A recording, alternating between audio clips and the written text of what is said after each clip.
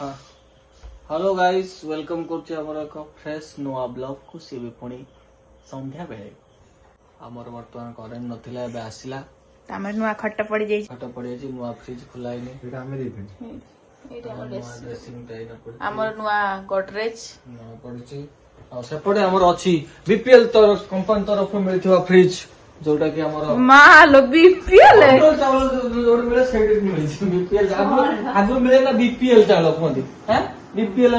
जेड़ा बीपीएल माने एटा सेड देछन बोले हां हां कोरे बीपीएल चावल मिलुछ तुम्हारा चावल बोधे वर्षेला मतलब बीपीएल चावल सेट पे एटा देछन बीपीएल चावल नै ए देखियो आसे गोटे दिनस हम जोठी घर काम होइनी चालीची तो बापा हम देखंतु डाइनिंग सजी हमर डाइनिंग देखन पड़ी पानी हमर बेड पड़छि